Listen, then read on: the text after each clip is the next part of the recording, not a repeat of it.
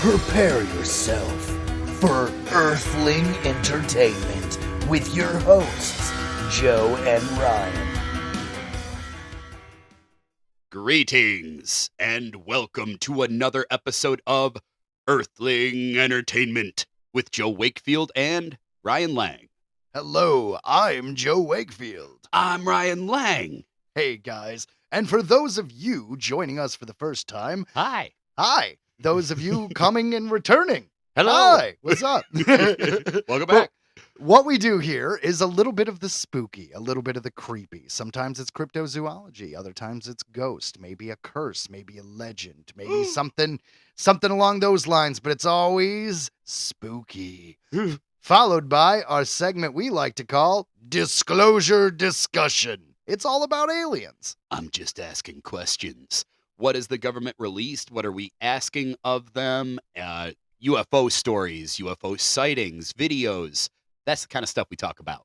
All about aliens and all fun. All right, guys, and then the latter half of the show is dedicated to the entertainment industry, and that is movie news. Sometimes there's a celebrity death. Other times we do a nice little quiz game, maybe an interview, but it's always entertainment, and those two things together, our spooky and our alien with our entertainment and our music and our movies and our video games, smash to make Earthling Entertainment, and that's the show. Welcome. We come in peace. We do come in peace.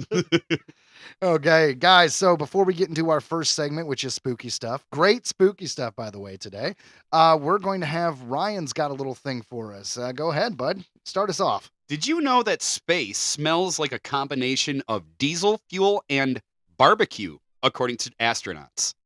Interesting.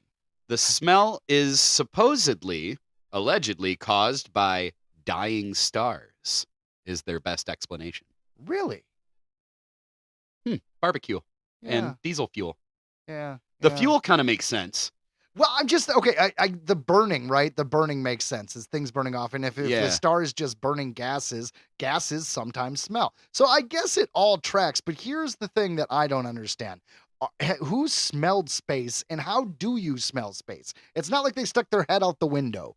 Right, because there's scrubbers. Do they get a jar of space? Like they go out there with... It's my jar of space. They're walking out there in the spacewalk and they got a jar. They just seal it up. They all go into the International Space Station. They open it up. Everybody take a whiff. This is what space smells like. Space fart jar. No, that's exactly it, right? Someone farts as they open the jar and they just lie.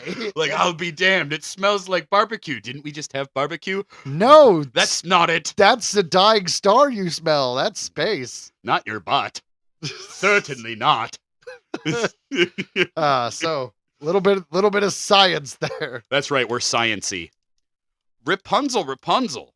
A single strand of hair can hold up to 3 ounces of weight. That means the typical person's full head of hair can support up to 12 tons. Wow. I don't know, but how do you figure that out? Did they just hang someone up by their hair and they just keep handing them anvils? And they're like, all right, we're going to guess. I guess they took the single strand, saw how much it could take, on average, and then they saw on average how many hair strands a person has, and then they just did the math. Yeah, well, I mean, sure, if you want to actually do science with machinery and not barbaric like torture devices, then yeah, I guess. No, but yeah, okay, I get it. You get a string. I mean, they do the same thing with spider webs where they're like, this spider web is super strong and could hold up, if it was the size of a cable, could hold up a bridge. Yeah, they say that's like the strongest thing. Haven't we been trying to replicate that like forever? In one way or the other, yeah. Huh.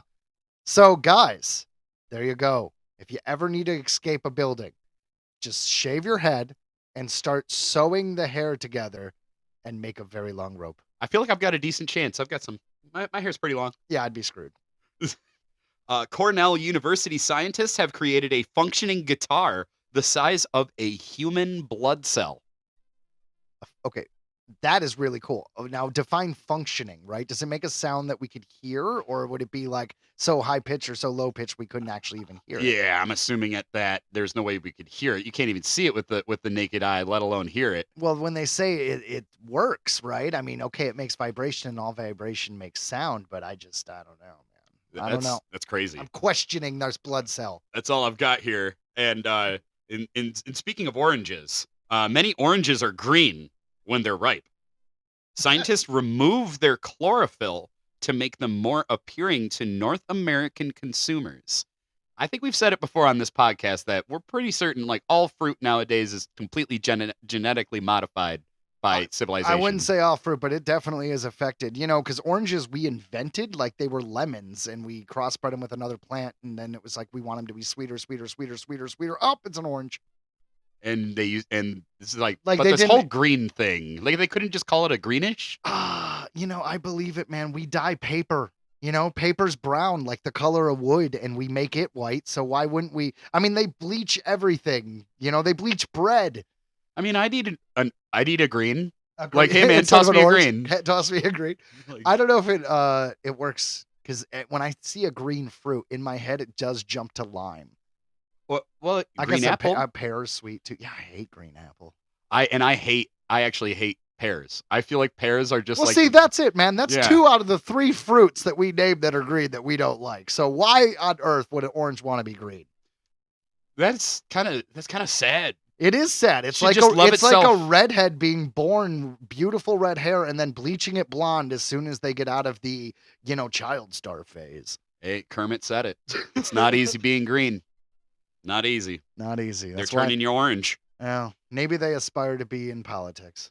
Well, they could aspire to be athletic because the average person walks the equivalent of 5 laps around the world during their lifetime. Everybody, though, I bet at On least average. half Average. the Americans don't. Well, sometimes I have to take a trip to the store. I went around the world once. Back off. I got to walk all the way to the car. I had to lean over and put on my shoes. You know, if it wasn't for my dog, I would walk a lot less, just in general, because we don't have a gated off backyard. It's kind of got an open driveway. He could just like disappear whenever he wants. So I have to take him on actual walks. So I know, because we actually have an app that tells us how much, that I do at least 3 miles a day. So That's dope, dude. can you imagine how fat I would be if I didn't? Thank God. I mean, I think you'd be beautiful, Fat Joe. Well, thank you. Might turn me on. Body positivity. Ryan lately has been listening to a lot of Lizzo. Hey, Lizzo. All right, moving on. Free Lizzo. I'm kidding. The chills you get when listening to music are caused by your brain releasing dopamine, a neurotransmitter that causes pleasure. I mean, I know what dopamine is, but so like if I'm listening to music and there's just like a weird little shiver, that's the dopamine. I never knew that, and it's kind of funny because I get that a lot. I get goosebumps from music, from like even like I remember when we watched like the trailer for Acolyte, I was very excited, and that gave me chills. And it's like, so I got like a dopamine release. I could relate, but I relate with movies and TV shows. Like I've seen like very moving parts or very like what I would consider an epic or beautiful shot and felt that rush of dopamine. Yeah. Yeah. No, I think that's what we're simple creatures. We love that shit. Yeah, that's not really a cool fact. That's just like, here's a statement. Right. Indeed. Here's something that's true. Is there another thing that's true? I'm trying to see if there's a good one. Nah, just do the next one. Ready? Go. In 2005, an Australian research institute published a study on the loss of teaspoons in the workplace. Wait, That's wait, really, what? In Like- 2005, an Australian research institute published a study on the loss of teaspoons in the workplace. Okay, so I'm assuming they drink a lot of tea, and we're talking about literal teaspoons, Yes. right? Yeah. Okay. That is a statistic I do not think would read the same in this country. Not at all. Not at all. It's just like, hey, we got to figure out where these spoons are at, mate. Like, we got to figure this shit out. Kind of awesome, man. Can you imagine a lost and found just full of just an absurd amount of spoons? That's my spoon. Like this is what most people lose at Foot Locker. I don't know what to tell you, man. Teaspoons. Different cultures, So, the average bolt of lightning contains enough energy to toast 100,000 pieces of bread. Actually, yes, I knew that. Good. Yeah. The scientific name for brain freeze is sphenopalatine ganglioneuralgia. I doubt it.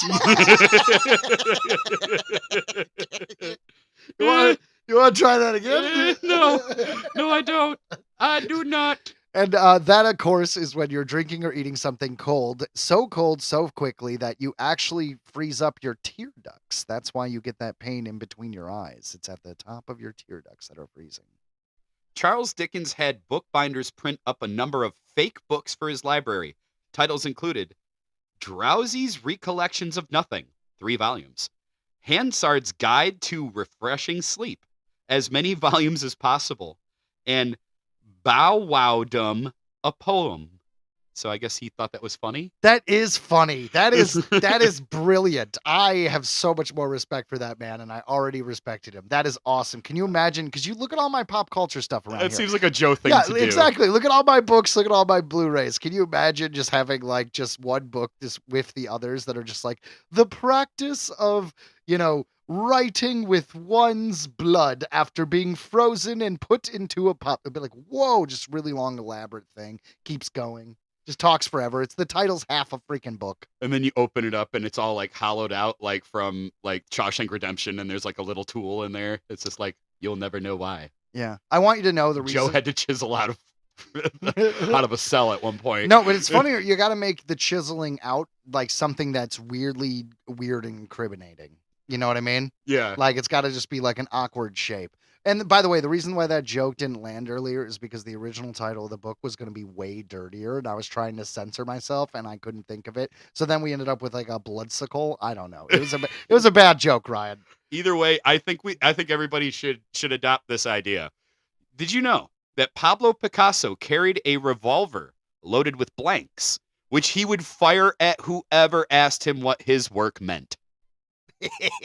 Dude, that's pretty awesome. I'm not gonna lie. Obviously, you can't do that.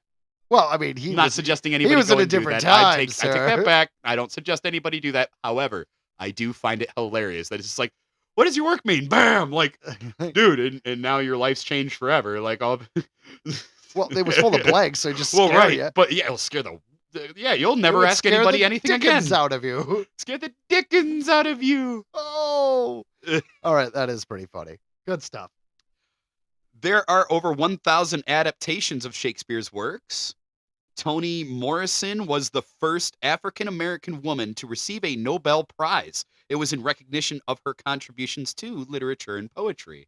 So I've got like a lot of more historical stuff here I've got. Yeah, that's not a weird fact. I don't want to make fun of someone who's I was going to say, no. I don't want to make fun of anybody who is the first at doing something for their race or gender. Like, that's not a good Here's an interesting one. Simply taking one step uses over 200 muscles in the body. Huh. Moving on. All right, you know what? Do one more, then let's get into our segment. People are more likely to agree with a statement written in Baskerville than in any other font. All right, so guys, if you have memos to send out, there you go. Use Baskerville. Use Baskerville. If you didn't already know that, I question your business sense, honestly. Baskerville. All right, guys. So yes, now we are officially starting the show, and we are going to jump into our first segment, which we lovingly call Spooky Stuff. Elizabeth Báthory, the Blood Countess. In the early 17th century, rumors began to circulate around the village of Trenčín in present-day Slovakia. Peasant girls looking for servant work in the Chetsi castle were disappearing, and no one knew why. But before long, many locals began to point their fingers at Countess Elizabeth Báthory. Oh, you don't want to go in that castle. That's a bad castle. Not in that castle. It's Bloody Castle. And it is a grim tale stained by blood, haunted by torture, sensationalized by sex, and increasingly disputed by scholars. Depending on the account, Hungarian Countess Elizabeth Báthory, from 1560 to 1614, was either a murderous maniac or a pawn incriminated by family and foes keen to seize her holdings. And both of those are very likely. Indeed. This is a bit of a telephone game from 500 years ago. Báthory, a scion of a powerful Hungarian family and the product of inbreeding between Baron George Báthory and Baroness Anna Báthory. Elizabeth is often proclaimed the most prolific female serial killer of all time, accused of slaying more than 600 young women. According to legend, she believed bathing in their virginal blood would grant her eternal youth. Instead, it assured she lived long in infamy. Bathory's alleged sadism has inspired films, plays, operas, television shows, video games, and even metal. There is a band called Bathory, he even did a song about her, which was called Women of Dark Desires. That's awesome. Is all of their music or just their first album or just that song? Just that song, but the band was named after her. They're called Bathory. That's pretty cool, man. I love that. The bathing in blood to remain young. I guess I'd have to see how she looked like when she died, right? Because 1560 that's only 54 years old. So she died at 54. So she could have still been looking pretty young and viable. I mean, it was 500 years ago, so maybe not. And I imagine that's a pretty old for back then. I don't think that the lifespan was that much back then. I'm just saying you're right, by the way. It probably wasn't that long, but it could have been a very good skincare routine. We did not see how she looked. Maybe she still looked like she was in her 20s. Maybe. I'm just saying, you never bathed in virgin. It's a very creepy and metal thing. It is. I'm always reminded of there's a film called Hostel, obviously. Yeah. Well, there was a sequel called Hostel Part 2. Very original sequel and title, I might add. Yeah. Long story short, a girl was hung up upside down and a woman basically cut her until she was able to bathe in her blood, just like this woman. Yeah, she did a Bathory. That's 100% was inspired by Elizabeth Bathory, and I've seen it in other works where there's other albums from Cradle of Filth. I forget which album it was. It has a woman in a bathtub full of blood. So this is just inspired a lot. It did, and some even say that she was a real life vampire. I have heard that as well. Yeah, and they say that that's kind of where more vampire stories did continue from that. Today, Elizabeth Bathory is infamously remembered as the Blood Countess, who killed up to 650 girls and women in the Kingdom of Hungary. If all the stories about her are true, then she is likely the most vicious female serial killer of all time. Visitors to the Hungarian town of Nyírbátor, about 170 miles east of Hungary's capital, Budapest, can stare the Countess in the eye at the Bathory Castle and Wax Museum, which displays wax effigies of Bathory and her relatives. The museum occupies the renovated castle where she was born. See, that's crazy. So that castle's got to be haunted because, and well, it's not where she did most of the tortures and where she was born. So maybe that castle in particular wasn't as haunted as the one where she was murdering people in. But I would love to go. And you see a wax statue of someone. I assume there's enough paintings of this woman to get it kind of accurate. But I always think it's amazing when they have old statues of people, because I'm wondering if, unless it was made back then, how much was creative license versus is it actually what she looked like? Do we know from these paintings how tall she was? So if I'm looking at this wax statue, is it actually 5'5", or was she a very tall 6-foot woman? Probably not, but I'm just saying. Yeah, and how much documentation could have survived from then, maybe from descriptions of her, because obviously she was, she would be a celebrity of the time. Well, also, yeah, she's rich and she's from a prominent family, so she would also be, let's say, better maintained than other people. You're going to be able to bathe more. You're going to be able to eat proper meals. Yeah. Despite, ding inbred. And I'm sure that had a lot to do with maybe some of the craziness there. Maybe a lot of royalty was inbred. They rather keep the blood pure than, bring anybody who would be considered lesser into the family. Yeah, it tends to be frowned upon nowadays. Certain parts of the world. It depends on where you're at, I suppose. Elizabeth Bathory's birth was on August 7th of 1560 in Nyírbátor, Hungary. Raised in a noble family, Bathory knew a life of privilege from an early age, and some say she would later use that power to commit heinous acts. Like most people born in privilege. Oh boy, don't get us started. We're not a political podcast. That's a good point. But Bathory's privileged upbringing was tainted by violence and health problems. As at the age of 4 or 5, she suffered from epileptic seizures, violent mood swings, as well as painful migraines, Bartowski says. Yeah, that's a historian, by the way. I always had mood swings when I was a kid. So maybe that part isn't saying a kid has mood swings, but seizures, that's a real condition, obviously. Yeah. Yeah. That would be terrifying as a parent to have to deal with that. I couldn't imagine. Sorry, I'm Yeah. a dad, so I'm like, we'll look at this from a dad standpoint, like, oh. Yeah, no, makes sense. Especially back then, they were probably like, she's possessed. They didn't know. Well, a lot of times seizures were considered like, a sign of possession. Exactly. Yeah. Well, let's just bloodlet her. That'll help.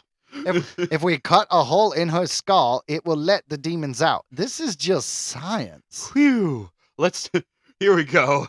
Here's some leeches. You'll feel all better. Hooray! Bathory was exposed to brutality. Servants were routinely beaten in this area, and at age 6, she watched a public execution. At 13, Bathory was engaged to 18-year-old Count Ferenc Nadasdy from Ferenc? Yeah, Ferenc, like Ferenc Nadasdy. That's a His weird last name is going to come up a few times, so pick how you're going to Nadasdy. pronounce it. Nadasdy. Yeah, all right, there you go. He's so Nadasdy.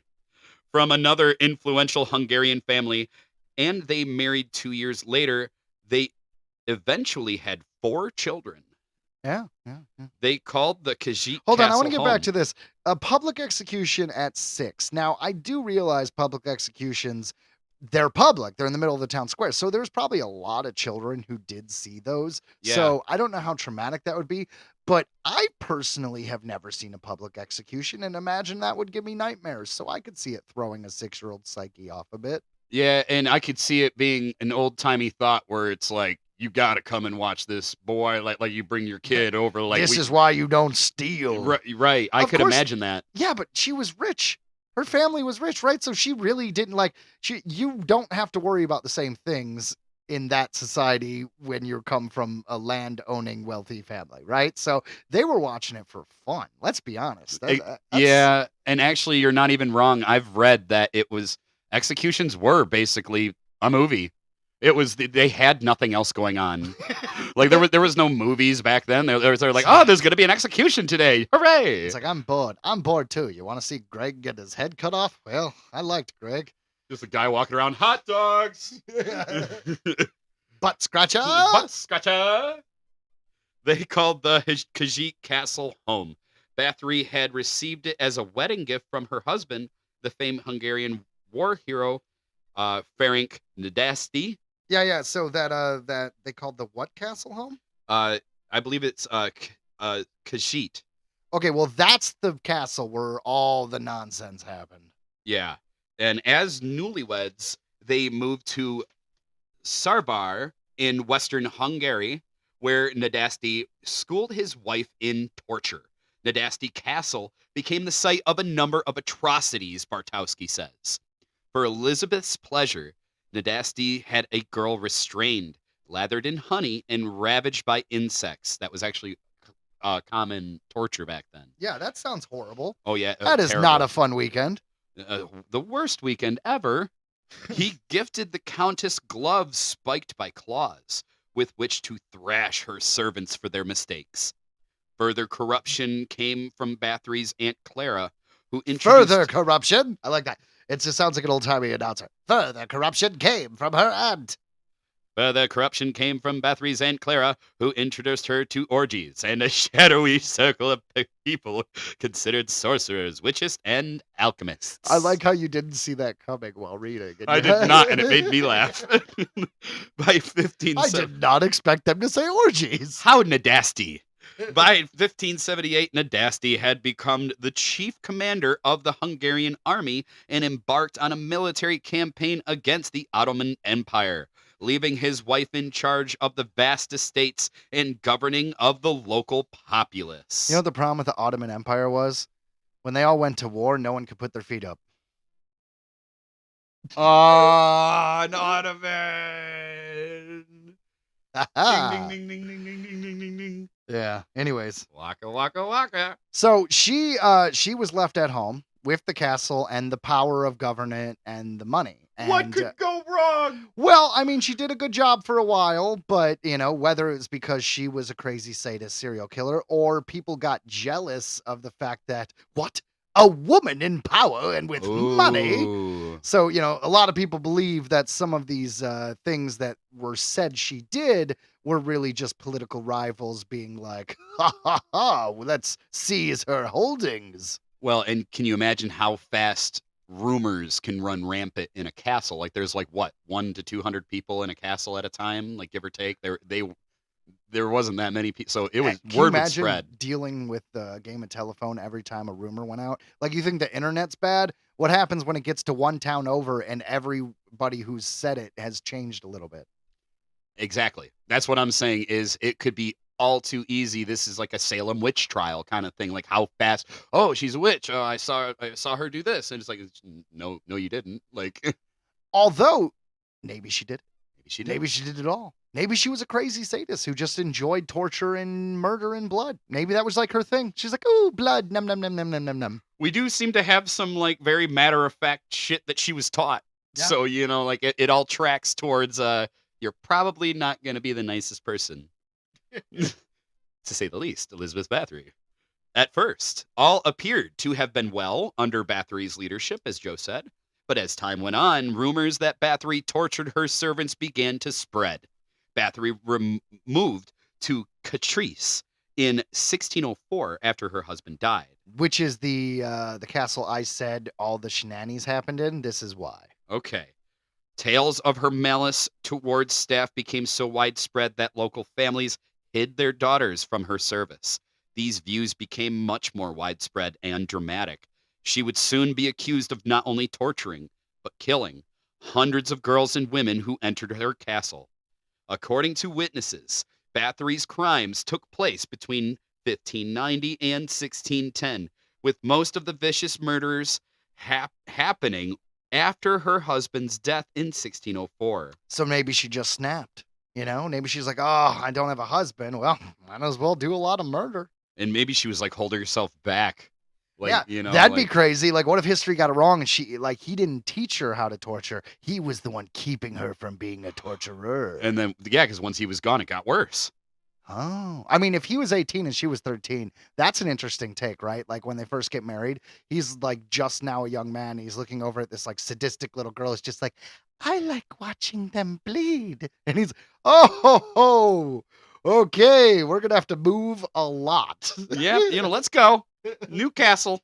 All right. It's a good thing this is what happens when your parents are brother and sister. Yeah, these are the things that happen. Her first targets were said to have been poor girls and young women who were lured into the castle with the promise of servant work. And candy. Bathory didn't stop there. We have those little strawberry ones that are in every grandma's house, but no one's ever actually seen them for sale at a store. But they're really good. They are really good, yeah. She didn't stop there. She allegedly expanded her sites and began killing daughters of the gentry who had been sent to Kashyyyk for their education. She also supposedly kidnapped local girls in the area who would never have come to the castle of their own free will. As a wealthy, noble woman. Can you imagine that town has no girls left? You're going to walk in a whole sausage fest of a town. Like, dude, this lady's got to go. Yeah, she keeps killing our women's. It's like the economy's never been better, but my God, there's just no women around, like. Yeah, like she is a good leader. Don't misunderstand. I am all down with this universal health care, but it's because no one gets sick. They all get slaughtered and turned into bathwater. There's give and take with everyone, and I gotta protest. I have to protest. I'm just not for all the murdering young ladies. So Bathory evaded the law until 1610, according to History Channel. By that point, Bathory had killed multiple victims of noble birth, which concerned the authorities far more than the deaths of servants. Yeah, we don't want to be jerks, but that was what it really was about. Yep. Like, you can kill all the poor people you like- want, but the second you kill someone who's got a little bit of money, now it's our problem. we were fine letting it happen till now. We were looking the other way. And You had to kill the guy who was paying for the repaving of all the roads. this is a problem. He has the fancy hats. He had all the fancy hats. Yeah, he has more than one article of clothing and eats every day. You're not allowed to kill him. You made a mistake. He was a made man.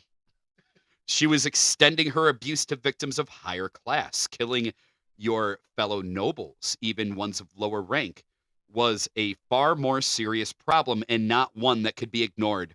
So Hungarian King Matthias II sent his highest-ranking representative, Georgi Thurzo, to investigate the complaints against her.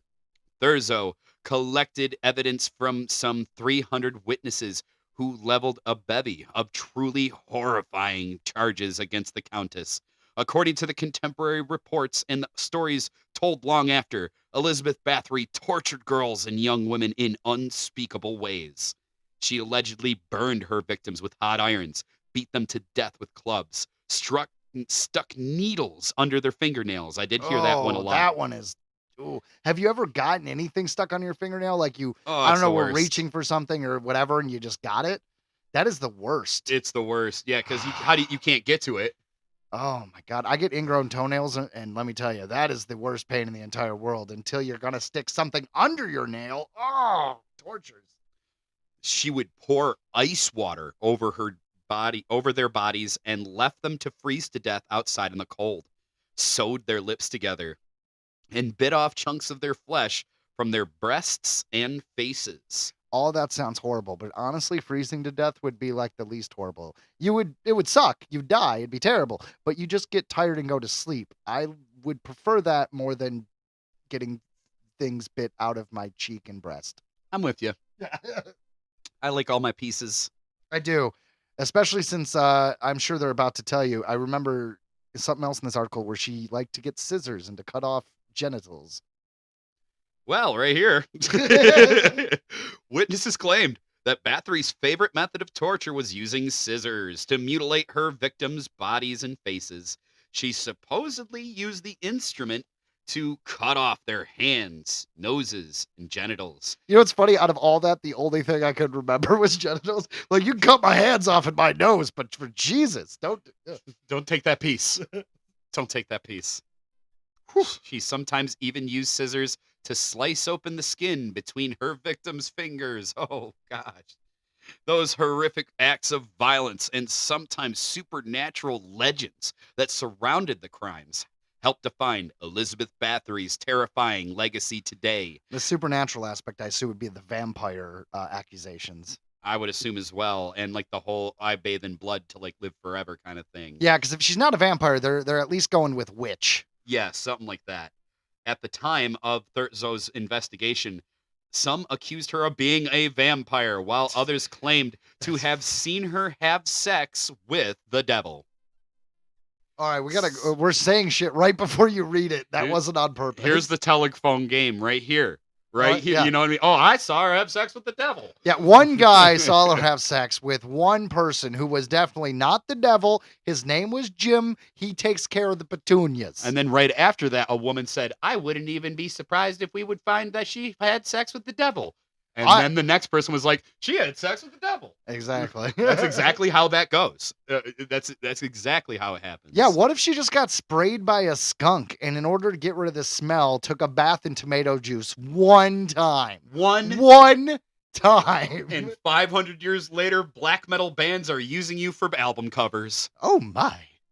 The most infamous accusation, the one that has inspired her nickname, the Blood Countess, claimed that Elizabeth Báthory bathed in the blood of her young victims in an attempt to maintain a youthful appearance. Well, it worked. I mean, Look at those rosy cheeks. she's a peach. She's a fox. Like, wow. Well, I don't agree with her politics, but my God, look at that. Cute as a button. She sure is easy on the eyes. And the guy's saying that as he's bleeding to death. It was worth it. It was worth it. Now, here's a real question. Every time they talk about sacrificing virgin blood, now she was killing virgins in, supposedly, to bathe in their blood and to maintain her youth. So, did it have to be female virgins? Now, could you just get a bunch of guys playing D&D and kill them and use their blood? Because I figure she was running out of women. That was the issue, right? Like, she needed more blood, and she had killed all the peasant women who would work for her. Yeah. Then she went into town and started killing the people who wouldn't work for her. And then she had to go to noble people. But if she just expanded to nerds, if she just went to a comic book store or a sci-fi convention in the castle and went for, exactly, throw a sci-fi convention in the castle. Yes. And you would have had plenty of nerds if you just had not been so worried about gender. I mean, I don't know how that works. Maybe if you bathe in male nerd blood, you become a male nerd. Maybe she'll grow a penis. Maybe that was what she was worried about. I was literally going to say, like with the thoughts that, bathing in female blood is going to make me a pretty lady. Then maybe she was afraid, well, if I use male blood, then I'll start to look like a boy. I don't want that. I'm kidding, but that maybe. I mean, right? That was always a stigma. You don't want to bathe in the testosterone blood. Like You're gonna get a hairy chin. I mean, we're trying to wrap our minds around Elizabeth Báthory right now, so it's a bit of a stretch. I don't think any of us are gonna have a hot take that they haven't had in the last 500 years. Just a small drop of blood in a large pool of mystery. Oh, I actually like that. That was good. Thank you. With the testimony of dozens of witnesses, Báthory was arrested and imprisoned in the Kashish Castle. You just gotta be. I said Kashish. Yeah, Kashish. Kashish. Kashish Castle. It's gonna turn into Kashyyyk, which is the home planet where the Wookiees are from. For the murder of 80 young women, so she got off easy. Some witnesses estimate her body count to be at more than 600, yet the Countess was never convicted, and her husband could not be prosecuted from his grave. Joke's on you, I'm dead. Suck it. Báthory's alleged 4 accomplices, one of whom had worked as a wet nurse for the Countess's children, were convicted of witchcraft and burned at the stake. Báthory herself was spared from execution due to her status as a noble. However, she was bricked up and isolated in a room in the Kashyyyk Castle, where she remained under house arrest for 4 years until her death in 1614. They literally bricked her up at her house. Like, they're like, here's a little slot for food. You're not allowed to leave. We have bricked you. That kind of plays into the whole she's actually a vampire thing, right? Or an actual, monster. Be like, no, we bricked her in there, dude. Like, how is that legal? That was in the Anne Rice. That was in the Anne Rice films. That was they tried to brick up one of the characters. One of the characters, yeah. I remember. It's a scary thought to be an immortal who's trapped, right? Like, that's the whole being buried alive in a coffin and unable to die. That's a rough one. But my brain just can't help but find a little bit of comedy in it. I know it's morbid, but I'm just imagining her standing there. Please don't, while they're just slowly slathering brick by brick, like, just a brick mason, and it's just a guy who's like, I'm sorry, sorry, my lord. Like, it's not up to me. Thank you for passing that decree that was able to feed my children last week. Just like slowly, brick by brick, like slathering on the cement in between, like, and she's just standing there. Please stop. Please no. Is there anything I can? Looks like this is gonna take a while. You sure we couldn't talk about this? It's like slap. Sorry. Slap. Oh, sorry. Slap. Sorry. Yeah, it's just like 2 guys unison because one's slathering it and handing it. Sorry, like in unison, and then it comes down by brick, and it's just coming to like that last brick where she's just one eye up to it, like, you're kind of a prick, and then just sliding in the last one. But the entire scrape that lasts way too long of him pushing in that final brick should be accompanied by a just as long sorry.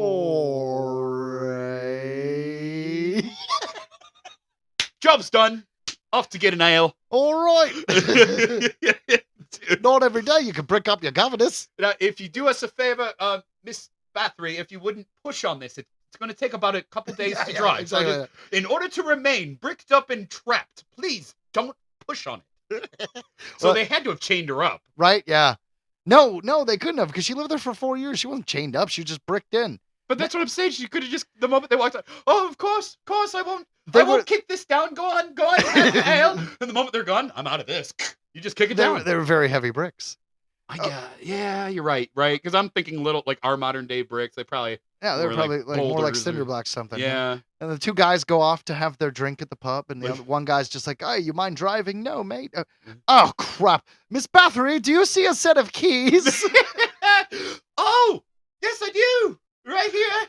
It's like, were they the ones that had the key ring with Garfield on it? Why, yes, and thank you for specifying it. It is a Garfield, and it's quite lovely. Come and get it. All right, we're gonna be here late, mate. Nowadays, visitors can join guided tours of the infamous site and browse the Elizabeth Báthory Cruelty Hidden in Lace exhibition inside Drakovich Mansion in Kashish, where a wooden statue of her dominates the town square. Okay, so we got a wooden statue of her in a town square, or we can go to the castle where she was born and see a wax effigy. Anyway, she's a bit of a celebrity. I'm just Yeah. saying. Like, people know her. Yeah, I'm starstruck. Honestly, that's I've known about Báthory because of my love for metal for many years. So yeah, that was a good one, dude. Hell yeah. Excellent, excellent. Well, our last episode, a few episodes ago, not our last episode, was we did all about vampires, and we named the episode "Vampires, Squirrels Would Be Nuts." And if you listen to the episode, that makes sense. But so many people did not understand that episode was actually about vampires because the fact that we were mentioning squirrels in the title. So I was like, fine. When we do Elizabeth Báthory, I'm gonna make a real simple title: Elizabeth Báthory, the Blood Countess, and our thoughts. We're guilty of being silly here on this podcast. Bear with us. Ryan's disclosure discussion. It's about aliens and stuff. This is from an article yesterday. It's World UFO Day. So that was yesterday. What's that in the sky? Subway delivering by drone What? into Florida cities. This comes to us from FloridaToday.com. Yesterday, is World UFO Day. And if that isn't enough to get you looking up, Subway will start delivering its new foot-long dippers for a limited time in 5 cities across the U.S., including 2 in Florida. It's not just for everyone, though. Here's what you should know. World UFO Day commemorates 2 separate dates. To be clear, World UFO Day is June 24th. Yes. World UFO Day commemorates 2 separate dates, June 24th and July 2nd, according to National Day Calendar. The June 24th date recognizes the first widely reported UFO sighting in 1947 by aviator Kenneth Arnold. The July 2nd date commemorates the incident that took place the same year in Roswell, New Mexico. Funny thing about Kevin Arnold, I believe it was Washington Mountains he was flying over when this happened, but he was the one who coined the phrase flying saucer. Yes. Because he described what he saw as a disc or a saucer skipping along water as kind of the group of UFOs he saw. Yep, pilot Kenneth A. Arnold said that he saw 9 shiny circular objects while flying past Mount Rainier on June 24th, 1947, according to National Air and Space Museum. He calculated their speed at about 1,200 miles per hour. Media accounts at the time turned what Arnold saw into flying saucers. He said they were skipping like sauces. A term that's been used since for unexplainable aerial phenomena. The same year, rancher W.W. Mac Brazel found something odd on his property in New Mexico. And so Roswell incident began, which entangled the U.S. Army in UFO conspiracy theories that persist to this day, according to National Air and Space Museum. The Army said what Brazel found was high-altitude weather balloon.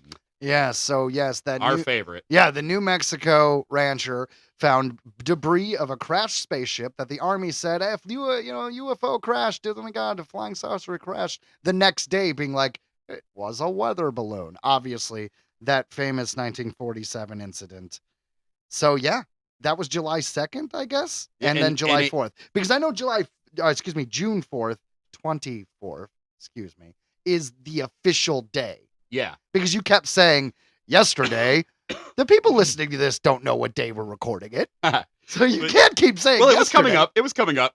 But yeah, and so I found that story to be really interesting because it does cover the big one, the Roswell incident, the one that brought us flying saucers and stuff like that. So, and just so you know, apparently drones are delivering Subway. That was a weird. I thought it was This funny. is a weird sponsored content article, I will say. Oh, it totally is. Subway's just like, mention aliens for Alien Day. We could sell these sandwiches.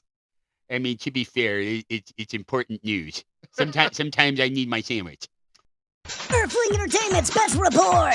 Kevin Costner won't be returning to Yellowstone Season 5 Part 2. He's the reason why they went on a 2-year hiatus! Because, he was just getting into a fight with the guy who ran the show, and he's like, I'm gonna go off and make my own cowboy movies. And he did that! So, no real surprise that he's not coming back. But if you're a fan of Yellowstone, this probably kind of sucks for you. But don't worry, there'll be like 34 more spin-offs, because this has been an Earthling Entertainment Special Report! Perfect. Well, because that was such a short one, and as you could tell, it was a little bit of a lesser day on the alien front, we have a different segment. We want to talk a little bit about the end of the world. In a new segment we are calling Armageddon. Supercomputer predicts the future of humanity on Earth. This comes to us from horizonpress.com. Recently, scientists and AI and a supercomputer to analyze extensive data on Earth's climate, studying ocean chemistry, tectonic plates, and the biology of living organisms. The goal was to understand factors impacting our survival on Earth. The findings indicate that humanity's end is far in the future, offering some relief. However, challenges lie ahead. One significant obstacle is the movement of tectonic plates. Eventually, these plates will form a supercontinent called Pangea Ultima, creating a harsh environment due to the continentality effect, a hotter sun, and increased CO2 levels. So I like that because the Earth originally had one supercontinent named Pangea. It breaks up, and then over time, we're going to crash into each other and be another supercontinent. I have heard about that. That's pretty. It's a fun thing. It's scary, but I mean that everything, the Earth keeps moving on. It'll move on without us. Well, the galaxy's getting ripped apart as well because of the Big Bang. Everything's still, separating and getting farther away. So, it's just the way of nature. We'll be long dead before any of this. No worries. Yeah, we're fine. This convergence will result in widespread temperatures of 40 to 50 degrees Celsius, with even greater extremes and high humidity. Such conditions will make it difficult for humans and other mammals to cool their bodies through sweat. Only about 16% of the land will be habitable for mammals, posing a monumental change for adaptation. Pangea Ultima won't form for another 250 million years. Despite this, we must address the current climate crisis caused by greenhouse gas emissions. Achieving net zero emissions is crucial for a brighter future for ourselves and for future generations. Yes, but in 250 million years, things could evolve. Animals could evolve to be able to take more heat. Maybe carnivorous plants will become sentient and they'll be roaming the main continent, and we'll be living on little pods floating in the water. Maybe we will tie all the plastic waste in the Pacific Northwest, the Pacific Ocean, and it will make like that supercontinent of just floating trash. And we'll live on that because all the carnivorous plants have taken over the real land. Maybe everything is becoming full circle and we will become the USOs. We will have to live under the ocean, and then we'll evolve to look like gray aliens. Yes. Okay. And then we invent time travel and full circle. You know what, Ryan? I appreciate it. I appreciate you going on this journey with me because there's been a few times throughout this podcast where I really tried to take a leap, and a lot of times I can just keep rambling and make something really funny out of it. But I ran into a wall several times, and I just thank you there, buddy, for always being there to bail me out when my joke doesn't land. You're the best. Anytime, Joe. I'm here for you, and I love being here for you. And also, just one more anecdote I wanted to say. Today being June 25th. marks the day that China's rover is returning there. It's making its trip to Earth from the dark side of the moon with the first ever samples from the, dark side of the moon isn't dark. It gets the same amount of light. Yada. It's just the side that we do not see because of its gravitational lock with us. Yeah, well, it doesn't get exposed to the sunlight, so the dark side of the moon, the rocks will probably be the exact same. Or It gets exposed to sunlight. I'm just saying we're gonna get something. We're gonna get. Yeah. Oh, yeah, it does. Because it's literally facing the sun half the time. Fair enough, science guys. The point is, the dark side of the moon rocks will probably be exactly the same. But what if alien eggs? It's a possibility. They that bring back little pebbles, open it up. Now we got like space fleas. structures. I've heard of them. There's the rumor we've talked about on the podcast before where they even found mummified remains in an ancient temple on the dark side of the moon in like an untold like Apollo 18 mission that was never told.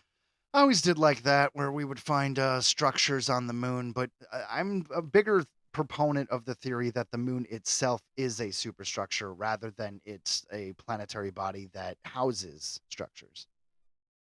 That's possible, and maybe everybody just died off. Well, no, I don't think there was ever a species that lived on the moon. I think if we're gonna find anything, it's either they were going to the moon for whatever reason, same as we would. Maybe it's mining, maybe it's a nice way station on the way to Earth, Yeah. or it itself is a superstructure and they would live inside it because it's a big hollowed out, not Death Star, but Death Star. I've even heard a theory that it was a spaceship brought here by reptilians, and that's like their way to watch us. I heard a theory that it was an ark and it housed all of humanity, and we left whatever planet or system we were from, and on our way parked it at this planet, knowing that if we parked it in this right spot, it would affect the tides in the proper way and we would be able to colonize the planet. So it itself, being the size and shape, was part of the colonizing process because it would have changed certain gravitational things around the planet. And that makes sense because it raises a lot of questions, doesn't it? How perfectly everything just happens to work. And with that, we have reached halfway through our show. That was our spooky, that was our aliens, and now get ready for the entertainment section. Remember that guy? Remember that gal? Well, now they're dead. No! Donald Sutherland! The star of MASH and Hunger Games dies at 88. I mean, at least that's a good run, right? Like, yeah, you had a good life. 88's pretty good. I don't know. Yeah. This comes to us from Variety.com. Donald Sutherland, the tall, lean, and long-faced Canadian actor who became a countercultural icon with such films as The Dirty Dozen, MASH, Clute, and Don't Look Now, and who subsequently enjoyed a prolific and wide-ranging career in films including Ordinary People, Without Limits, and the Hunger Games films. Yes, he was President Snow. Yes, and also in Beer Fest, he was Grandpa. He was Grandpa in Beer Fest. I remember in Beer Fest, adding that one scene, because he's only in that one scene. He's talking in his hospital bed, and he pulls his own plug at the end of the speech. And I remember we have a mutual friend named Zach, and Zach looks at me and he's like, "That is the most gangster thing I have ever seen." The dude pulled his own plug.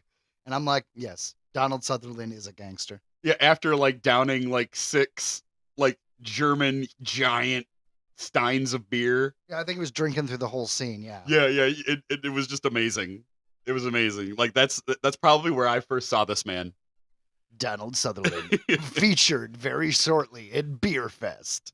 Yep, just as a goodbye video. And yes, I totally forgot that he pulled his own plug. That's the fucking gangsterest shit ever. You're right. So tell us how you really feel. That's awesome. So Donald Sutherland died Thursday in Miami after a long illness. CAA confirmed, and he was 88. For over a half century, the Emmy and Golden Globe winning actor who received an honorary Oscar in 2017 memorably played villains, anti-heroes, romantic leads, and mentor figures. His profile increased in the past decade with his supporting role as the evil President Snow in the Hunger Games franchise. Yeah, they even used a clip of his voice from one of the Hunger Games movies in the last film, which was a prequel film, which he wasn't in because his character was a kid. And I'm wondering if that was re-recorded or just taken from the other movies. Hmm. It's still cool, though. His legacy lives on in those films. Most recently, he appeared as Judge Parker on the series Lawman, Bass Reeves, and the Swimming with Sharks series 2022. His other recent recurring roles include the series Undoing and Trust, in which he played J. Paul Getty, and features Ad Astra and Burnt Orange Heresy. Oh, yes, quite. Indeed. A private celebration of life will be held by the family, and he will be missed. He will be missed. You know what's kind of crazy is there was a 1991 firefighter movie called Backdraft. Did you ever hear that? It's a famous movie. Maybe you know about it or not. No, not that one. All right, whatever. It was it's not written, excuse me. It was directed by Ron Howard. And it was kind of a big deal at the time. It has a lot of big stars. Kurt Russell's in it. William Baldwin, Robert De Niro, and of course Donald Sutherland, which is why I bring it up. And spoiler for a movie that came out in 1991, I believe Donald Sutherland is the villain. Well, in 2019, they made a sequel, Backdraft 2, even draftier. Okay, it's Backdraft 2. It wasn't even draftier. Aw. But that would, yeah, exactly. That would be awesome. Missed opportunity. But anyways, that came out in 2019, and Donald Sutherland reprised his role. He was back for Backdraft 2, the draftedness. I heard that he was in like a movie in the 70s. William Baldwin came back too, by the way. All right, continue. He was in a movie in the 70s. Where Donald Sutherland was in a movie in the 70s where it was actually controversial because it depicted oral sex, and it's almost some people claim that they actually were having sex. I don't know enough about that story to comment, but it wouldn't surprise me at all. It was the 70s. Yep, and then it was, but it was like kind of risque. All right, so moving on to headlines. That's right. It's finally time for those lines of head. You know, Indeed. You know, news. Earthling Entertainment headlines. Spaceballs sequel in development at Amazon MGM with Josh Gad starring Mel Brooks producing. So, yeah.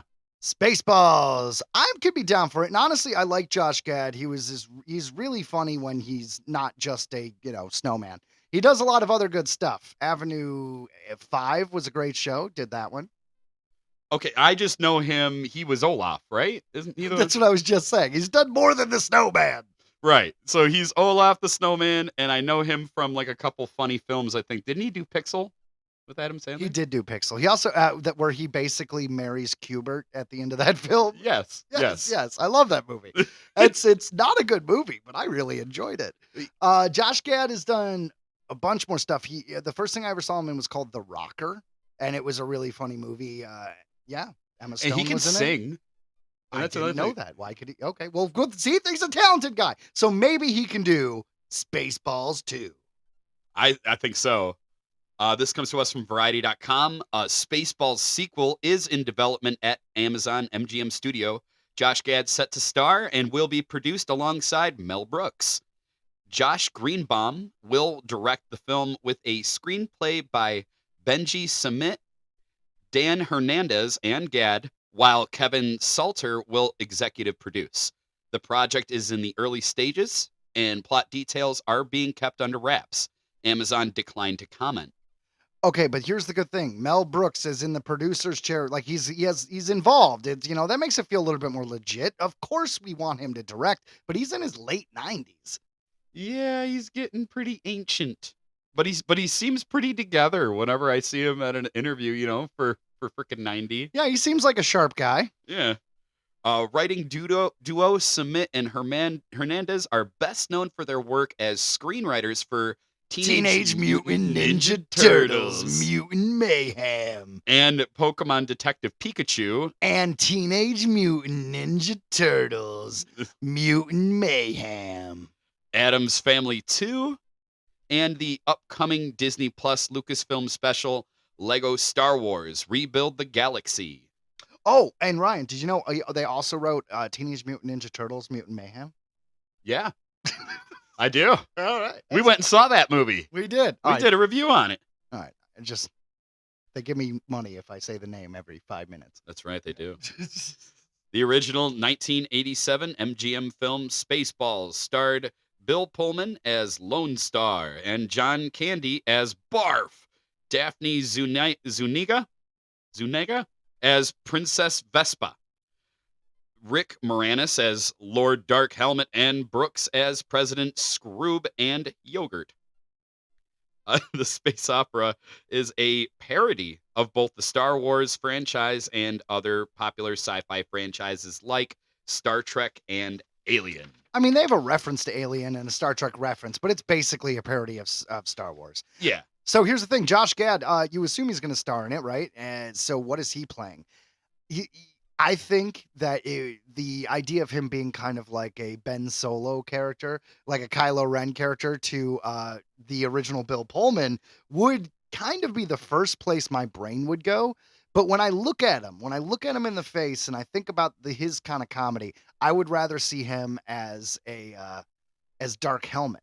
But I guess they're one and the same, right? Because if you follow the story of Star Wars, he would be Dark Helmet's successor while still being Bill Pullman's son. I could see that. Yeah? And I think so. I think I could see them making fun of the progression of Star Wars. Because back when they did Spaceballs, it was just the original trilogy. Since then, they did a prequel, and then they did a trilogy after, and then we released a movie in between these movies. So I'll bet you they're going to do a joke, because it just sounds like a Mel Brooks pun to make fun of how they chose to continue that franchise since. Oh, like, my God. I hope a character just shows up and he's like, I've been here the whole time. Really? Oh, well, where were you here during the first act? Oh, I just wasn't around. Exactly. That's what I'm saying. Like, I could just see Mel Brooks making fun of that. Like, oh no, you don't understand. You just don't know the timeline. Like, he could pull down like a big thing, and it'll just spider graph. It's like crazy. branching everywhere. Yeah, it looks like a family tree of different branches. I could see them. Like I said, that would be if they're gonna go in like the old timey. I hope they do, because like that was like the satire that I really enjoyed about Mel Brooks films was like the total breaking of the fourth wall when it came to shit like that. You know, you sold me on the idea. I want to see that now too. It's very possible. It feels like something they would do. I mean, it's easy to make fun of. And so Gad, best known for his work on the Broadway The Book of Mormon, and as the voice of the lovable snowman Olaf in Frozen franchise, is next set to make his directorial debut with a Chris Farley biopic starring Paul Walter Hauser as the iconic comedian. Paul Walter Hauser's so hot right now. Actually, he really is. If you Google him or look him up on IMDb, he's in everything coming out. And he's been in things you didn't know he was in. And he was in a couple seasons of Cobra Kai. And you're just like, what? That weird fat guy? The one with the weird beard? And it said he called himself the Stingray. Yeah. He's great. Dude, if he's going to play like one of my biggest heroes, then good for him. I hope he does a good job. He is. He most recently starred alongside his Book of Mormon co-star Andrew Rannells in Gutenberg the Musical on Broadway. This isn't Brooks's first time revisiting a classic comedy in recent years. In 2023, he wrote and produced History of the World Part 2, a follow-up to his 1981 Part 1 feature. It was actually really, really good. It's on Hulu if you haven't seen it, and it's got so many stars in it. It's very good. If you want, and it's the same kind of comedy. History of the World Part 2, I highly, highly recommend. Most people don't know about it. They didn't advertise it. It was just kind of like a thing that happened. Okay. Yeah, honestly, I remember seeing a flyer for it, but yeah, I never watched it. Brooks, one of the few entertainers to boast prestigious EGOT status. It's called EGOT. Okay. The EGOT status is an acronym for winning a bunch of awards like Tony, Oscar, Emmy, blah, blah, blah. EGOT. So multiple award winner. Yeah, and getting an EGOT is like a creative badge of honor. Not very many people have done it, and it's a big deal because that means you've won the highest award you can in something to do with film, something to do with stage performance, something to do with music. You know, it's a huge deal. He directed and starred in films such as Blazing Saddles, Young Frankenstein, my favorite, and Robin Hood, Men in Tights, second favorite. He was also honored with the Career Achievement Award at the 84th Annual Peabody Awards earlier this month. Yeah. Yeah, Peabody Awards, man. Yeah. I've always wanted a Peabody. You know what's funny is every time, the reason why I was making that stupid reference is every time I hear about the Peabody Awards, I just think of Mr. Peabody and Sherman. Do you remember that? The dog who traveled through time and he had a little boy Oh, ward yeah. and he took him on adventures. Yeah, I do remember. Yeah. I do remember. That was old. That's old school. Yeah, it is. Well, his name is Mr. Peabody. Yeah. Anyways, I'm cool with another Spaceballs. I've been wanting another Spaceballs like everybody for a very long time. It's just I am growing a little tiresome of very long belated sequels because a lot of times they're not very good. Sometimes they are. Sometimes they pull a rabbit out of their hat. I think Bill and Ted 3 that came out in 2020, the last one came out in like 91 or 92. I think that was great. And that was like almost a 30-year gap. So is it possible? Yes. But then for every one of those, you get a Independence Day resurgence where it's just, oh, the existence of this sequel does kind of taint the first one, and no one even remembers the sequel. I actually liked it. You liked it? I did. I liked the Independence Day sequel. I thought it was sweet. Well, you know what? As somebody who constantly likes movies that people say are terrible, Jupiter Ascending, I commend you. So Thank you. Because you like it, it's gone up one notch in my brain. Nice. All right, good stuff. Good Well, stuff. like the giant alien at the end running, like that shit was ridiculous. And I love like when the guy wakes up from his coma, he's like, "Why didn't you tell me my butt was hanging out?" Well, you know what, Ryan? Maybe they'll in the new Spaceballs, we're gonna get that reference. All right, maybe they referenced Alien in the first one. Maybe they'll reference Independence Day Resurgence in this one. You never know. I could just already hear Mel Brooks. No one's ever heard of it. Oh, Mel. Very good, very good. Love that. Freaking legend. Now all we need is a sequel to Men in Tights. Tights. Carrie Elwards, whatever his name is. I'm sure he would do it. Last thing I've seen him in was in Saw. So yeah, why not? Dave Chappelle would totally come back to do it for Mel. I don't know if he would, but that would be amazing. It would be amazing. That role was supposed to go to someone else. I forget who, but it was like another big famous comedian at the time. So he did. I heard Dave Chappelle say that he was glad he did it. Well, good. You know what else I'm glad for? I'm glad for this headline number 2. Fantastic Pavilion brings Shudder/IFC Films and genre distributor Severin Films together in historic deal. This comes to us from rumorg.com. As reported by Variety, Fantastic Pavilion, the genre film business community launched at the Cannes Film Festival in 2023, has brought two horror giants together for a deal that should have fans screaming for joy. Oh my God, I love it. And in terror. Oh God, I'm a little freaked out. Good. Excellent.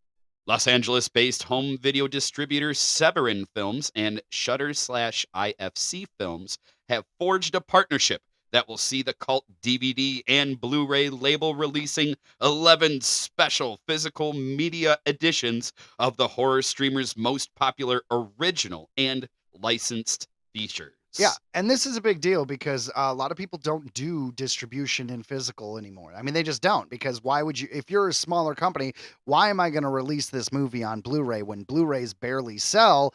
I'm just going to make a deal with a streamer, whether it's a big one like Netflix or a small one like Tubi or Crackle, and that's how most things get distributed now. So Shudder is a streaming site, and they have had originals and stuff like that. So for them to make physical copies of their movies for people like me who want a physical library, because you know what, when the internet goes out, it's nice to have Blu-rays. I'm just saying. I know when the power goes out, you're kind of screwed, but before that. That's true. Yeah. We've said it many times on this podcast. We love physical media. And Joe's definitely a huge collector. Myself, I have my own little collection of Blu-ray. I remember I was buying tons of Blu-ray back in the day. I had a spinning shelf, so it was like this thing that went into Kroger.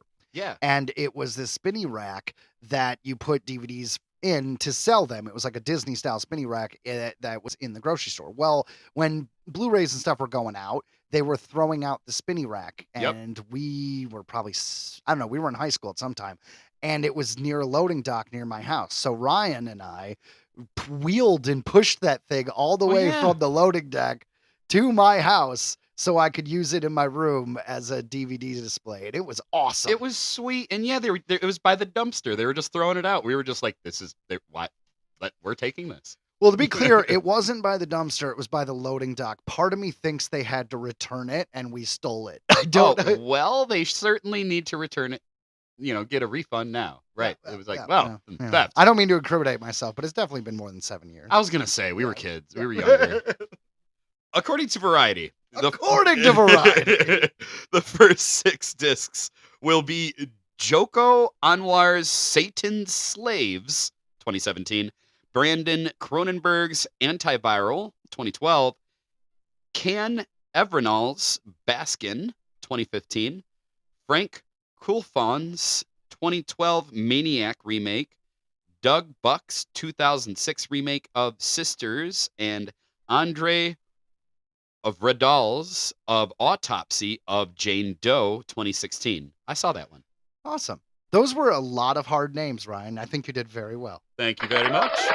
One of them even had the crazy O with the dash through it, and I'm like, I'm just going to give this the old college try. Accents.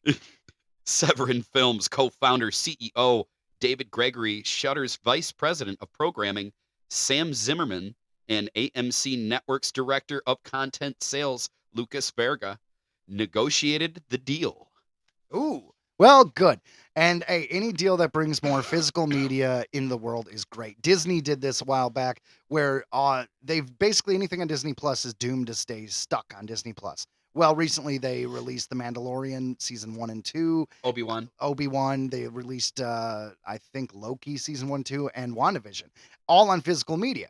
So it's cool. I don't know. I think it's great. And I hope physical media lasts longer than I think it is. I mean, even Best Buy pretty much said we're not selling DVDs and Blu-rays anymore.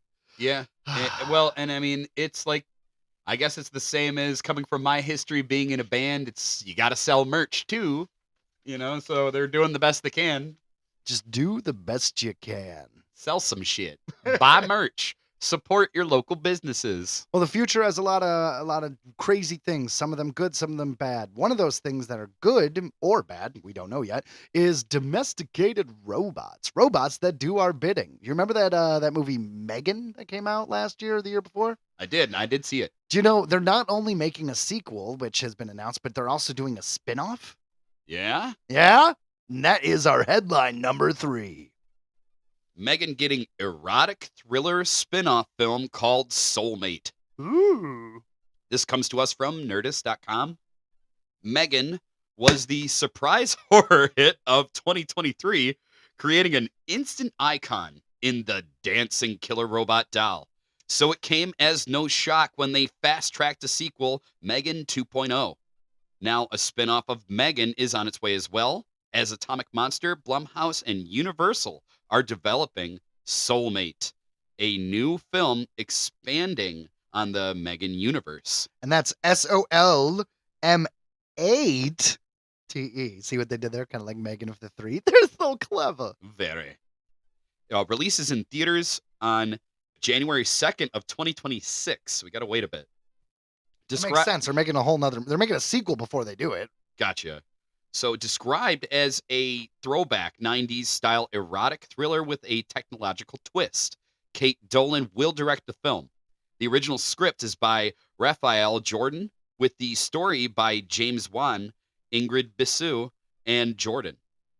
According to the official description for Soulmate, the story centers on a man who acquires an artificially intelligent android to cope with the loss of his recently deceased wife. In an attempt to That create... would be really creepy, right? Because is it a completely different looking robot, or does they make the robot look like your dead wife? Because that's 2 different ways you can go with it. Right, like Black Mirror. That's how they did that one episode. Like, you literally could make like a clone of someone that had passed. It was like a service.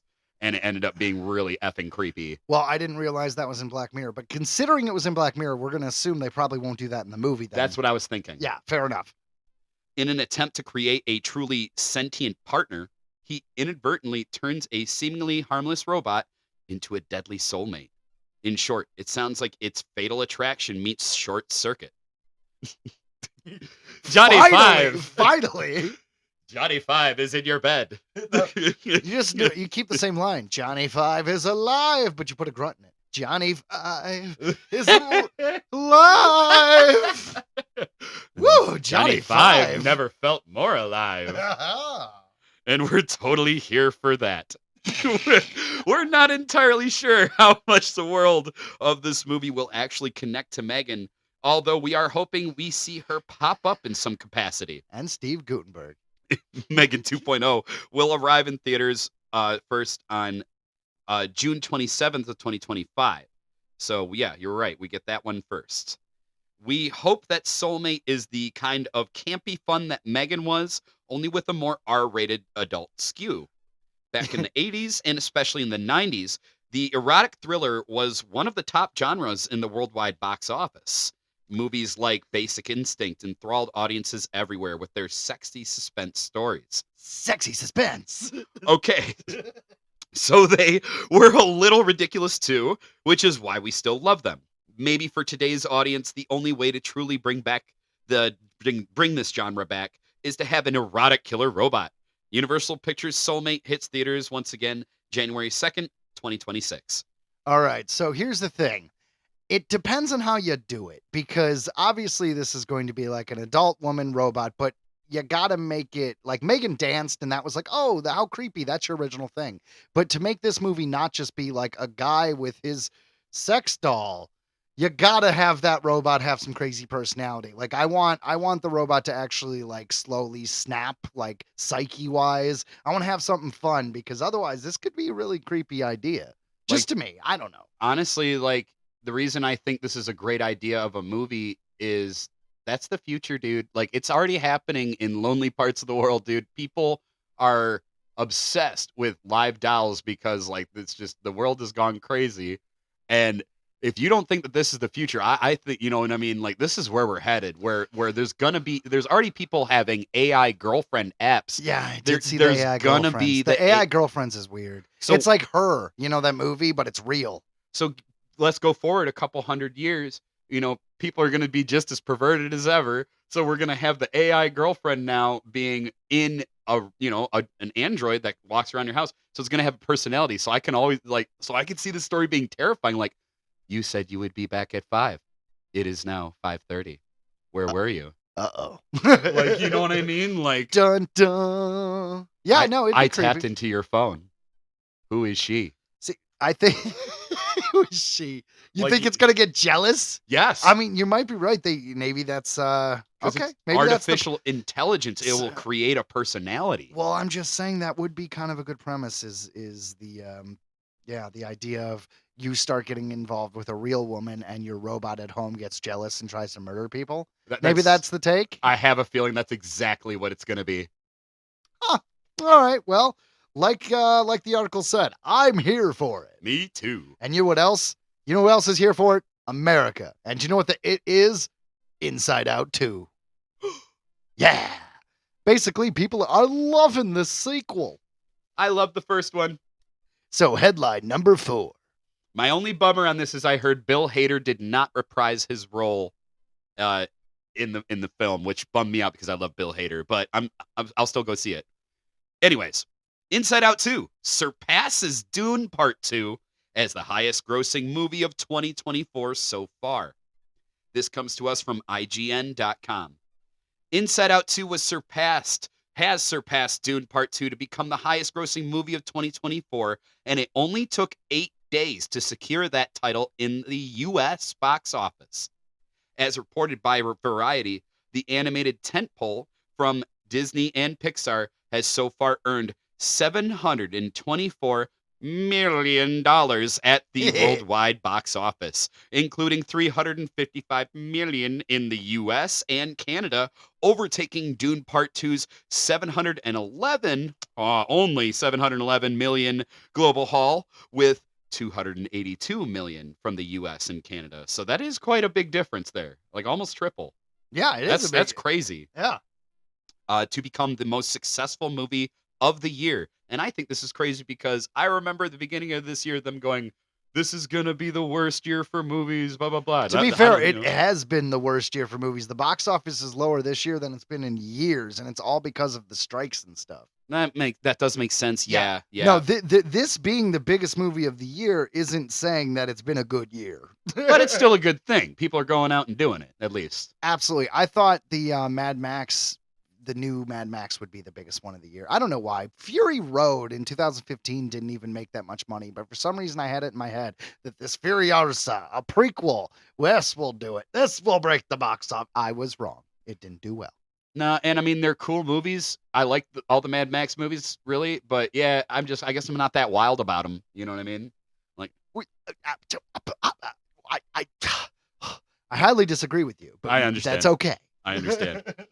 Inside Out 2 followed its massive opening weekend with more staggering ticket sales than its sophomore outing, ranking in 100 million in the US and Canada and 164 million from other territories on its second weekend at theaters. These takings put it back on track to become the first movie of 2024 to join the 1 billion box office club. Wow, wow, wow. That used to be such a big deal. Now it seems like we at least get a movie a year that hits it. Pretty much, right? Yeah. It's been happening every year. You're right. Yeah, and so that is pretty cool. That's a good thing. So Inside Out 2 making a lot of money, hitting all the milestones, and everyone says that it's pretty good. The common thing that I'm hearing is it is Disney at its finest, Pixar at its finest, but perhaps not quite as good as the first one, but still very good. Like if you were a fan of the first one, there's a very heart-wrenching moment with a character named Bing Bong. And if that's what you're looking for, apparently we don't get a Bing Bong moment in this second one. But it's other people who have children the age that Riley, the character of the young lady in the film, they've said that they like this film even better. So who knows? My brother just saw it with his kids and he said it had good message. Good message. So, hey, it's nice to see Pixar doing well because it was relegated to being just another Disney Plus thing. And I don't know. Pixar doesn't need to be Disney Plus. Pixar needs to be in theaters. I kind of feel the same way about Star Wars, to be honest. Yeah. So there we are with that. You know me, I'm a movie guy. I would rather see movies than series. That's just me. I do too. I agree. And what's kind of funny is the new Moana 2, originally was going to be a series. And I guess somewhere in the development process, they were like, screw it, let's just make it a movie. Nice. So I'm hoping that it feels like a movie and doesn't feel like this weird meandering kind of oddly paced thing because they just stuck a series together. I don't know. We shall see. It seems like they've been struggling in that department, but I have hope. I have hope too. A lot of fun animated projects. Did you know that they have another Batman cartoon coming out? It's called Batman the Caped Crusader. It's going to take place in the 40s. It looks like a lot of fun. Well, we got some news there. It's actually our headline, number 5. The Batman Caped Crusader casts Christina Ricci and Hamish Linklater as Catwoman and Batman. I love Christina Ricci. This comes to us from Nerdist.com. I love her too. She's my Wednesday. That's right. All love to Jenna Ortega. She's doing great with the character, but Christina Ricci is my Wednesday from the 90s. Yes. I'll never forget the sword fighting scene and shit like that. Like they were brilliant. They were. Those are good films. The director of Men in Black did that. Really? Yeah. Same aesthetic if you actually look at the visuals. It does make sense. Anyway, back to Batman Caped Crusader. The new animated series sounds more and more interesting with each new reveal. The 1940s set noir superhero show comes to us from the all-star creative team of Bruce Timm, Matt Reeves, and J.J. Abrams. Now, we finally have a voice cast revealed. Via The Hollywood Reporter, we've learned that Midnight Mass star Hamish Linklater is our new Batman / Bruce Wayne. And the iconic Wednesday and Yellow Jackets and original Addams Family 1 and 2 star Christina Ricci will portray Catwoman Selina Kyle in Batman Cape Crusader. They have also announced several other actors for the show. Accurate first season. Among them is Jamie Chung from Sucker Punch. Jamie Chang. Thank you. Voicing a No, new... it is Chung. I don't know. Yeah, She was great, though. I love her. She was a wonderful actress. She's voicing a new take on Harley Quinn, Dr. Harleen Quinzel. She is now a character introduced independently of the Joker. She'll also have a romantic relationship with Detective Reed Montoya in the series. Yes, because all right, the new thing is making Harley Quinn in a relationship with Poison Ivy. That was in the cartoon and other things. I'm all for with Harley Quinn being her own character away from the Joker. You know, that's totally cool because I think she's earned it over time. You know, her original appearance was in the 1990s Batman animated series. And ever since then, she kind of spread her wings. I think the first time I remember seeing her as not like the Joker's sidekick was in a video game, actually. It was in the Arkham Knight games or Arkham Asylum games. Yeah. Yeah. And I mean, we got to see, Birds of Prey, stuff like that. So like they tried, Harley Quinn has had her kind of solo moments. Yeah. So I'm here for it. But the big news is Christina Ricci is playing Selina Kyle, Catwoman. And I'd love to see it. And if Catwoman's in this and they're announcing her the same time they're announcing Batman, I assume they're going to have a love interest together. I love that because Batman has a few love interests throughout the show. And everyone likes Ra's al Ghul's daughter. I don't, because that's how you get the prodigy of Damian Wayne, his actual son. Oh. But I'm all for Selina Kyle because if you're with Selina Kyle and you have a kid, then you could have the Huntress. Yeah, because the Huntress comes from Catwoman and Batman. Interesting. Yeah, and then that Huntress ends up joining the Birds of Prey later down the line. I don't know, with you talking about Ra's al Ghul's daughter and stuff like that, I just think about College Humor. They did this scene. They did that scene where she stabs him, and he's like, "But we had sex." And he's like, "You suck." I can't continue. It's too dirty for this podcast. Fair If enough. you want to check it out, it's hilarious. College Humor. But among the villains revealed for this season 1 thus far are Clayface, the Gentleman Ghost, Natalia Knight Hold on. Nocturna. The Gentleman Ghost. I've never heard of it. I'm gonna have to Google the Gentleman Ghost. And Onomatopoeia. All right. Never heard of these people, but okay. So no word It yet. kind of makes sense though. If you want to do a new show, I mean, there's a lot of baggage with the other ones, right? So you pick the Rogues Gallery, no one's heard of. Be like, yeah, he's gonna have to fight Box Cutter Boy. Who's he? I don't know, but don't let him on a plane. Oh my gosh. But no, but I'm trying to imagine Batman seriously going like, Onomatopoeia. You know, my favorite DC villain is Condiment King. What? He squirts like ketchup and mustard at you. No. His name is Condiment King. Is that for real? It's for real. Is there like acid in it? I don't think so. It's like, well, like, damn, you've stained my clothes. Like, yeah, take that, son of a bitch. No word yet on iconic Gotham baddies like Joker, Riddler, or Penguin. Here is the official series description for Batman Cape Crusader from Prime Video. Welcome to Gothic City, where the corrupt outnumber the good, criminals run rampant, and law-abiding citizens live in a constant state of fear. Forged in the fire of tragedy, wealthy socialite Bruce Wayne becomes something both more and less than human, the Batman. His one-man crusade attracts unexpected allies within the GCPD and City Hall, but his heroic actions spawn deadly, unforeseen ramifications.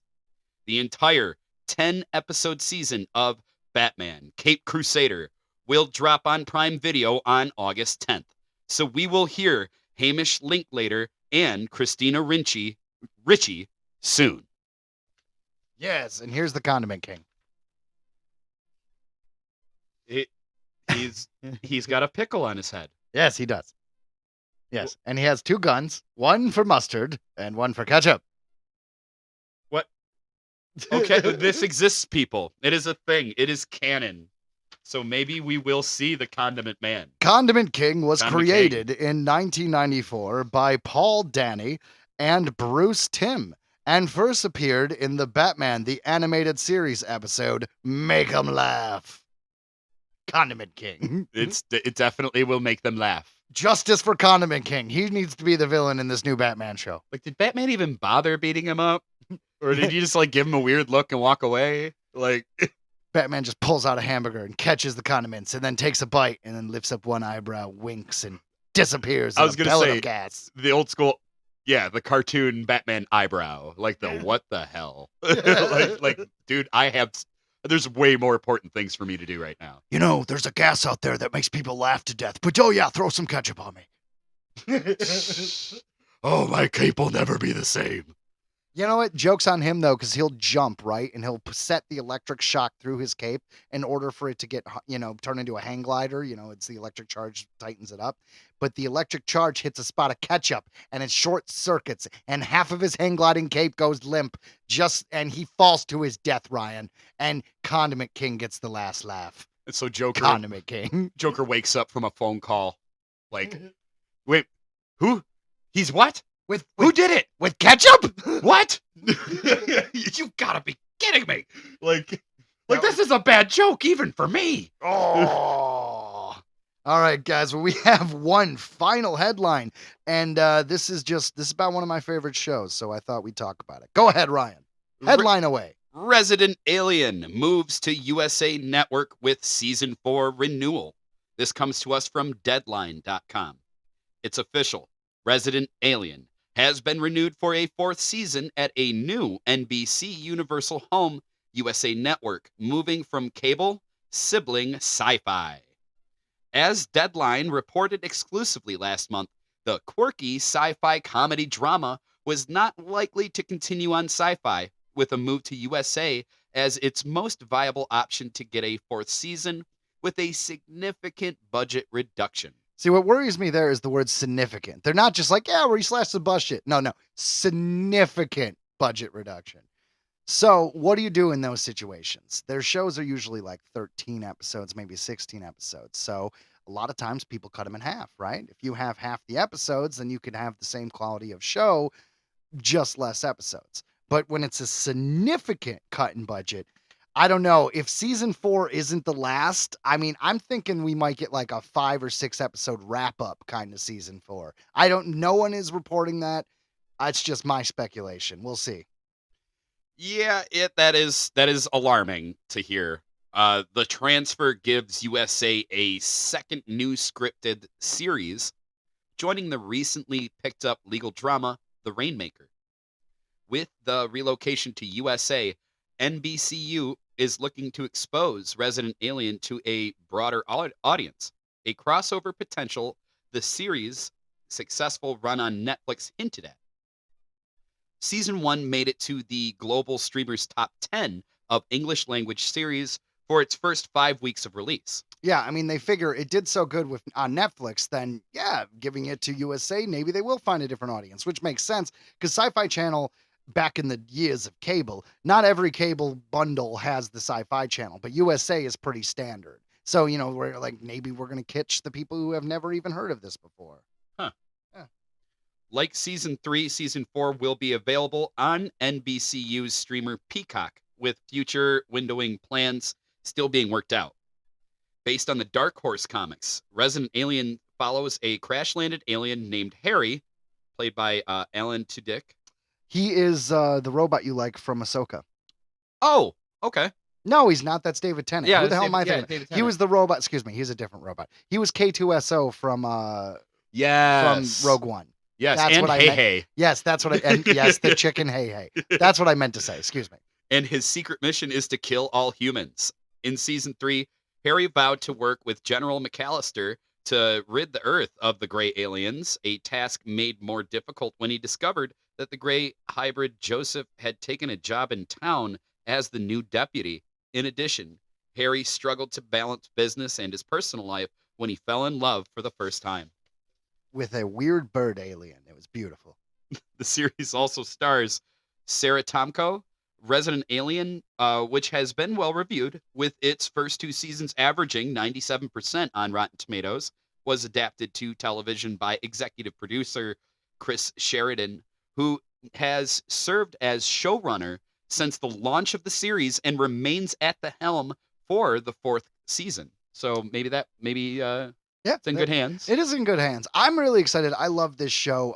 Harry, the character, is so good because it starts out where he's in disguise and he's just trying to learn how to be human. And, his weird idiosyncrasies, people take as like, well, maybe no one says it, but you look at him and you're like, I think he's autistic or something. And that's how they kind of like make it, justify his behavior more and more, like all shows where there's a secret identity. More and more the main characters find out who he actually is as time goes on. But it's a lot of fun. We have George Takei in the end of season 2 and in season 3 playing a gray alien. I don't know. If you are a fan of Alien and alien lore, this touches upon all the fun stuff, like, abductees seeing owls as like a plant memory from when they get abducted. All of that's in there. Great show. I haven't seen it myself, but that's honestly just because I'm not really a series guy, but I've seen a ton of clips and they all look good. It is always funny to me when Ryan doesn't see something that's right up his alley, because I'll talk and I'll assume that he's seen it. And then like halfway through, he's like, no idea what you're talking about. I literally only get to really watch TV like at work.